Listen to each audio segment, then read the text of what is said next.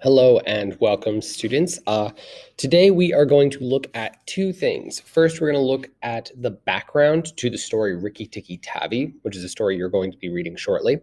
And we're also going to look at allegory. Allegory is something that you have been studying a little bit in this past unit, and it does also apply to Rikki, Tikki, Tavi. I was a little disappointed when I looked through the ingenuity sections. It looks like you're mostly studying character with Rikki Tikki Tavi, and that's fine. That's cool. But there's also a lot that we can learn and dig into with the Rikki Tikki story. Now, just to give you a little bit of background, Rikki Tikki Tavi is a story written by Rudyard Kipling.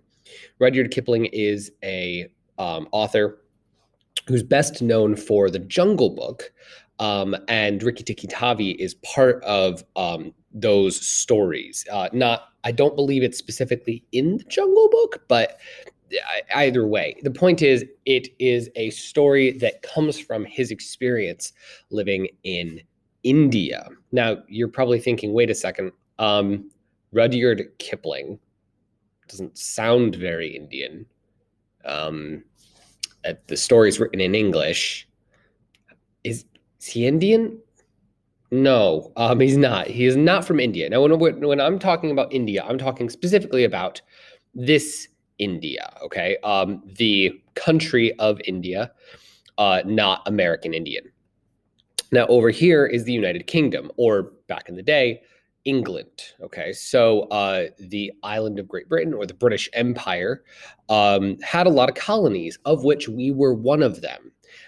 India wasn't so much a colony as it was occupied by the British East India Trading Company. It was basically a very large, very powerful corporation that managed to keep all of India sort of locked down under their control for quite a long while.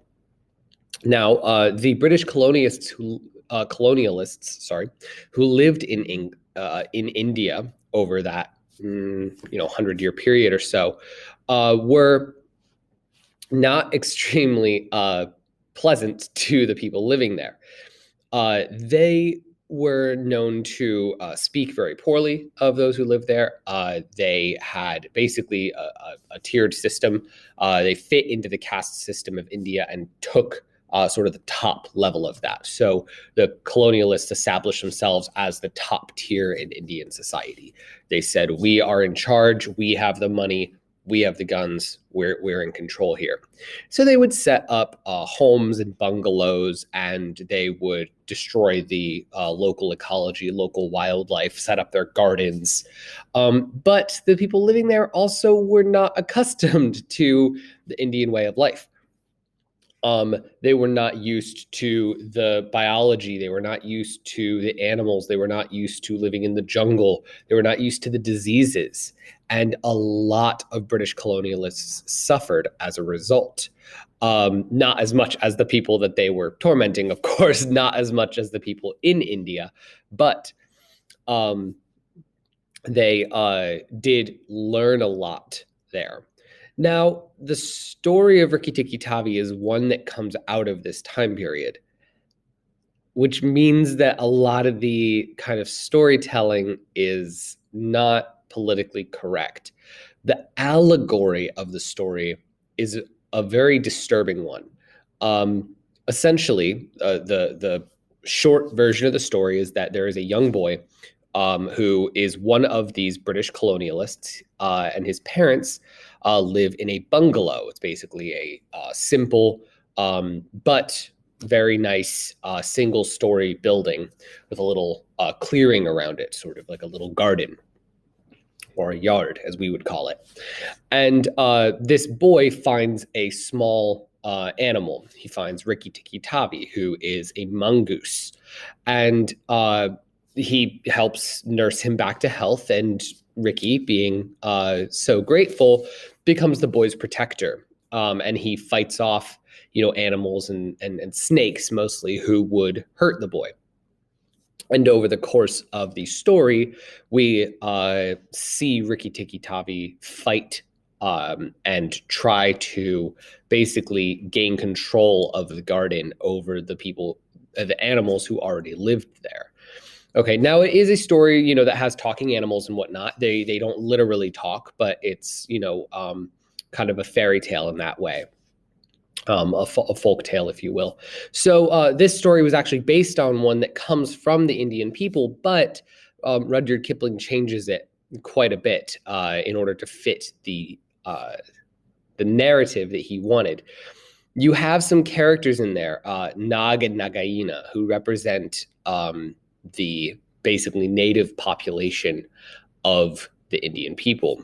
And they're represented as snakes. So, not great imagery there. Rikki Tikki Tavi, the noble warrior mongoose, very much represents the British people, as do the colonialists who live there. So it's a very rose-tinted, very pristine view of what happened during this time period. It's sort of akin to like the Disney's Pocahontas movie. The actual events of that story were much darker and did not have as happy of an ending. That's not to say that the story isn't very good and entertaining, but it is important that we recognize that it's just a story.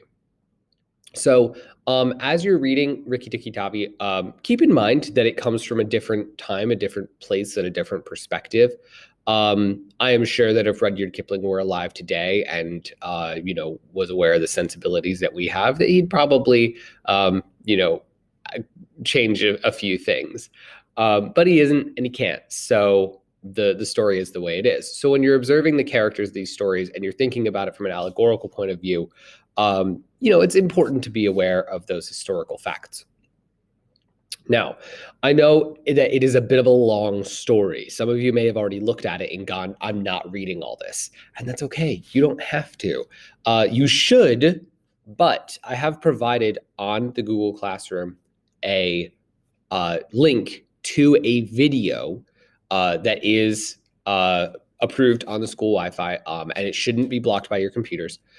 And it is the entire 1975, 1978, whatever, animated film of this story that is basically word for word narrated from the book. It's extremely close. Okay, so if you read along with the story, you're going to get a very, very clear picture of what's happening in the story. I highly encourage you to watch that movie. It's very short. It's like 25, 26 minutes, something like that, maybe a half an hour. But it's very fun. It's very entertaining. And they do a very, very nice job with the animation. It's a really good little film. So I think you should watch it. At the very least, you can have some fun doing that, and then you'll understand the background of the story a little more. Okay. So one last thing to leave you with before we go. When it comes to allegory, it's important that we remember as we're reading these stories that they are stories without allegory as well.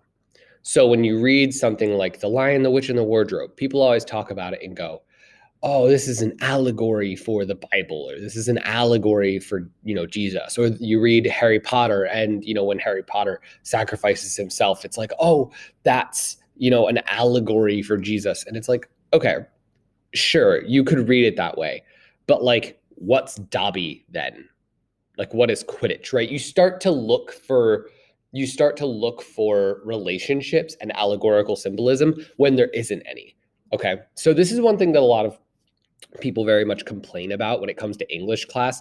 They're like, my English teacher kept saying, the curtains were blue and that was significant. Maybe, maybe not.